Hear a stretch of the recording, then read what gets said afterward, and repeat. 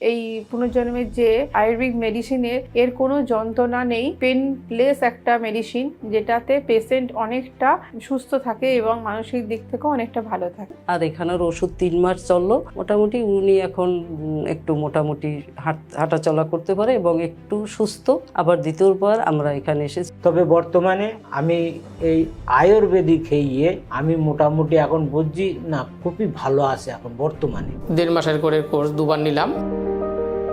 খাওয়ার পরে এখন যেটা হচ্ছে যে যতটা বড় ছিল একটু ছোট হয়েছে। খাওয়া দাওয়া ঠিক আছে, এমনি ব্যথা ট্যাথা নাই। গলার ভয়েসটা মানে একটু উন্নত আর কি মনে হচ্ছে আর কি। আমার হচ্ছে রাম বসাক, আমার মা হচ্ছে মিনতি বসাক।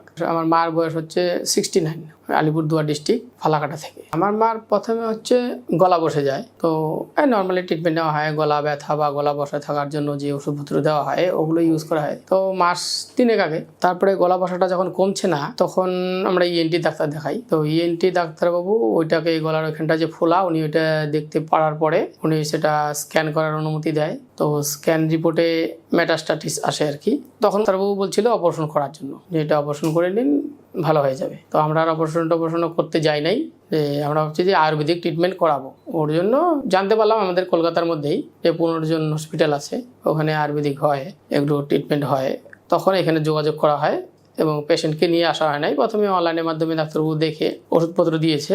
1.5 মাসের করে কোর্স 2 বার নিলাম। তো ওষুধ খাওয়ার পরে এখন যেটা হচ্ছে যে যতটা বড় ছিল একটু ছোট হয়েছে। খাওয়া দাওয়া ঠিক আছে, এমনি তো কম খায় আর কি, বয়স হলে যে যেমন কম খায় ওরকমই খাওয়া দাওয়া একটু খায়, একটু নরম করে খাইতে হয়। এমনি ব্যথা ট্যাথা নাই, নরম খাবার খেতে হয় আর কি। আর গলাটা মাঝে মাঝে এখন বসে যায়, আবার ঠিক হয়, আবার বসে যায়, আবার ঠিক হয়, এরকম হয়। আর বাদবাকি সব ওরকমই আছে, মানে গলার ভয়েসটা মানে একটু উন্নত আর কি মনে হচ্ছে আর কি, মানে অতটা ধরা যাচ্ছে না।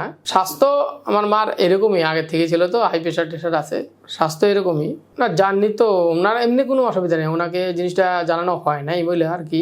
উনি নর্মালি আছে আর কি। বাড়িতে বলেছি যে তোমার হচ্ছে আমাদের গ্রাম্য ভাষায় এটাকে বলে, এখানে যে গলা ফুলে এরকম ঢোলের মতো হয়, মাকে বলা হয়েছে যে তোমার এটাই বাড়তেছে, এটার জন্যই ওষুধ খেতে হবে। এগুলো ওইভাবে মনে করে উনি খাচ্ছে আর কি। যেগুলো খাওয়ার নিষেধ করা আছে ওগুলো বাদ দিয়ে উনি ওইভাবে খাচ্ছে। হ্যাঁ, মানসিকভাবে ঠিক আছে।